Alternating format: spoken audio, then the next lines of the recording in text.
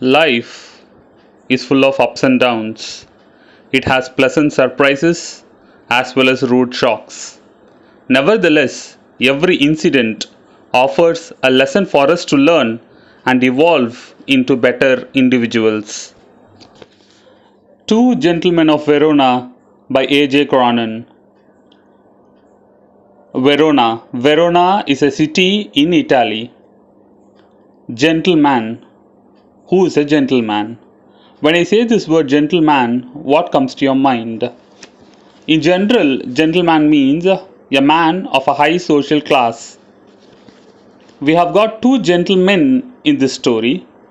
Cronen's portrayal of these modern gentlemen of Verona redefines the concept of gentlemanliness. According to Cronen, one can be poor and shabby and still be a true gentleman.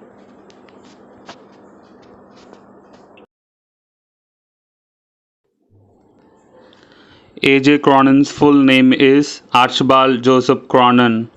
He was a Scottish novelist, dramatist, and physician. A doctor by training, Cronen was one of the most renowned storytellers of the 20th century.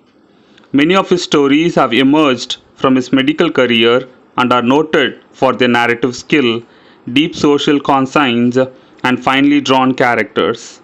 Cronen's books were not only bestsellers, but some of them were made into successful films and were adapted for radio and television. Two Gentlemen of Verona is a story about love, devotion, sacrifice, sincerity, and maturity displayed by two little boys in their actions to save the life of their sister who suffers from tuberculosis of the spine. Let's read the story to find out how their actions give a new hope for humanity.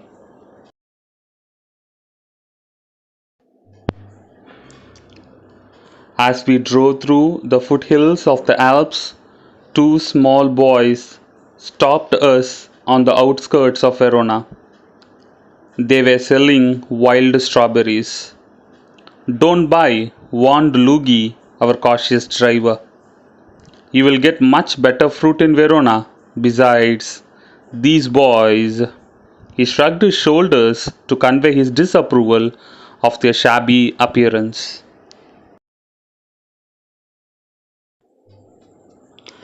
As we drove through the foothills of the Alps, as we here refers to the narrator and his companion, friend. The narrator and his friend drove. Past form of drive. The narrator and his friend are driving through the foothills of the Alps. Alps, a large mountain range in Europe. Two small boys stopped us on the outskirts of Verona. While they were traveling on the foothills of the Alps, two small boys stopped them on the outskirts. Outskirts, the area that form the edge of a town. So usually toll gates are on the outskirts of a city. So you can find the toll gates on the outskirts of a city. Here, the two boys stopped the narrator and his companion while they were traveling through the foothills of the Alps, and they stopped them on the outskirts of Verona. Verona, I've already told you, it's a city in Italy. They were selling wild strawberries. The two boys were selling wild strawberries. What fruit were they selling? They were selling wild strawberries. "Don't buy," warned Luigi, our cautious driver. "You will get much better fruit in Verona. Besides, these boys..." He shrugged his shoulders to convey his disapproval of their shabby appearance. From these lines, you can understand that Luigi, the driver, clearly suggested the narrator not to buy strawberry from those boys as they were poorly dressed, and his body language showed his disapproval. Also, he suggested that better quality fruits would be available in the town. Shall we move on to the next paragraph?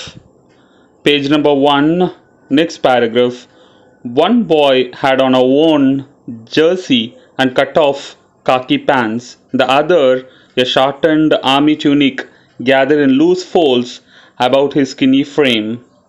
One boy had on a worn jersey. Usually, jerseys are worn by a member of a sports team.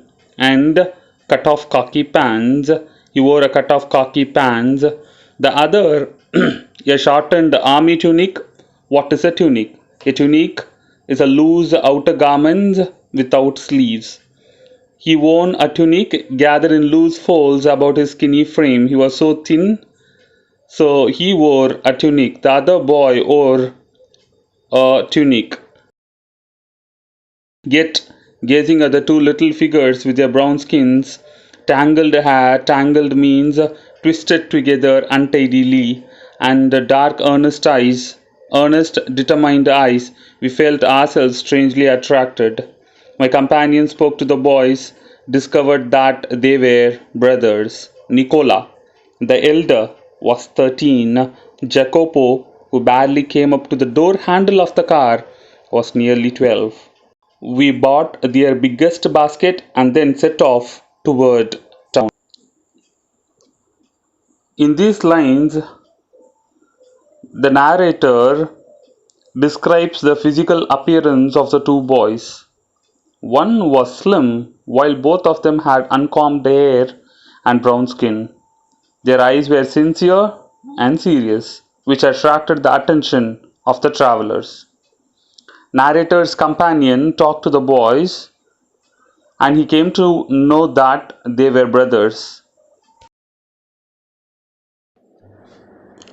Next morning, coming out of our hotel, we saw our friends bent over shoe shine boxes beside the fountain in the public square, doing brisk business. We watched for a few moments, then, as trade slackened, we went over. They greeted us with friendly faces. Next morning, coming out of our hotel. So, the narrator here talks about the two young boys by addressing them as friends. The next morning, narrator finds the two boys shining shoes in a very fast or a quick manner. When the rush on their shoe shine box slowed down, slackened means reduced or slowed down, the boys greeted them with their friendly faces, as they recalled that these were the same travelers who bought the biggest basket of strawberries the previous day.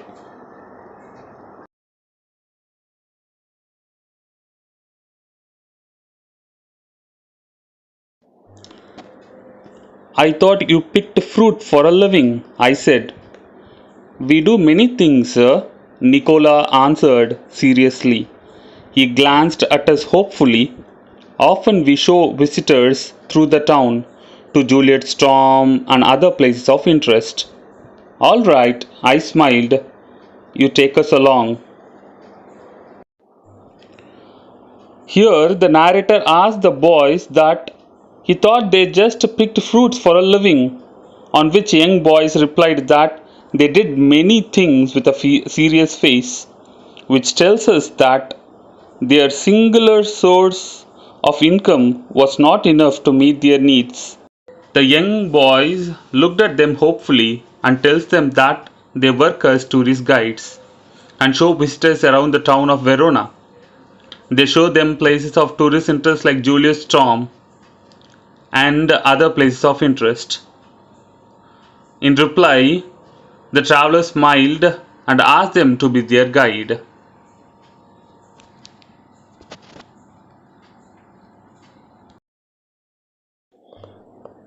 As we made the rounds, my interest was again provoked by their remarkable demeanor. They were childish enough and in many ways quite artless. Jacopo was lively as a squirrel. Nicola's smile was steady and engaging. Yet, in both these boyish faces, there was a seriousness which was far beyond their years. As we made the rounds, my interest was again provoked by their remarkable demeanor. Here, the author noticed their appearance as childish, simple, and innocent. Here, the author uses a simile and compares Jacopo to squirrel, as he feels that the little boy is full of life like a squirrel. On the other hand, Nicola was serious and mature. The narrator draws a comparison between the two boys. The younger one, Jacopo, is childish and lively, while the elder one, Nicola, is serious and mature. There are important words in these lines. One is demeanor, which means appearance and behavior. The other one is artless, which means innocent or guileless. Even though the boys had a childish face, there was seriousness in their eyes, which was far beyond their age. Far beyond their years means that although they were just 12 and 13 years of age, respectively, but their facial expressions were of much older people, which tells that they are burdened with a lot of responsibilities.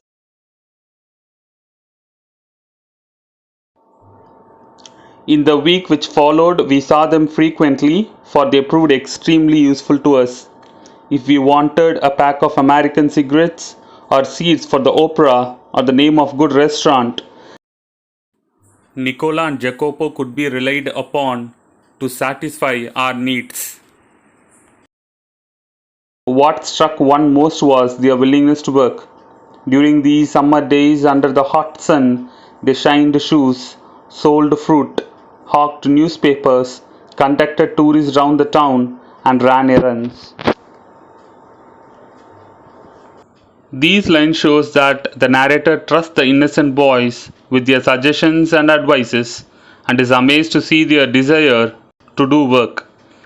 And the paragraph also describes the busy routine and variety of work they do.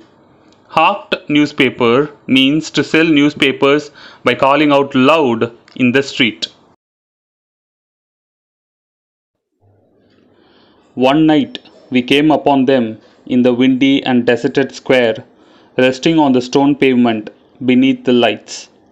Nicola sat upright, tired. A bundle of unsold newspapers lay at his feet. Jacopo, his head resting upon his brother's shoulder, was asleep. It was nearly midnight.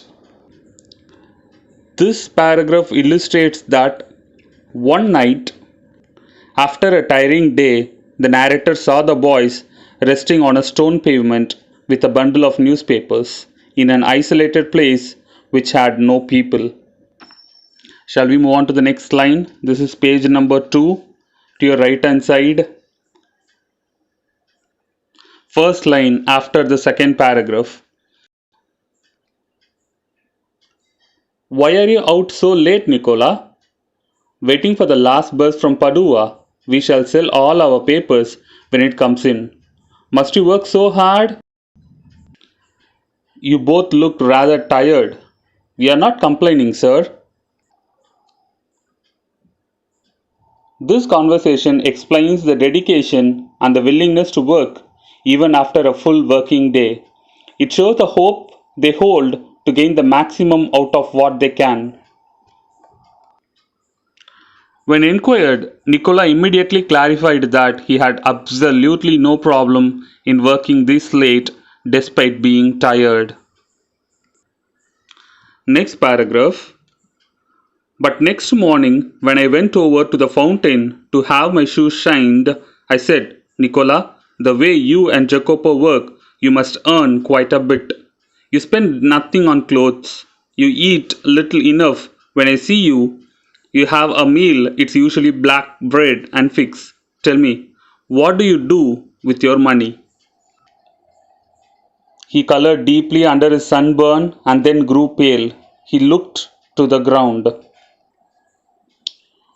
On seeing them working so hard, yet dressed shabbily, the narrator asked these questions. They are eating relatively lower nutritious meal. This made the narrator ask Nicola, you must earn quite a bit. Where do you spend your money? This question initially made him blush. The pink color on his face was so prominent that it was visible through his dark sunburned skin. After the initial blush, Nicola had an afterthought which made him sad and depressed. The blush on his face disappeared all of a sudden and it became pale as he got reminded of his miseries and problems which made him work so hard.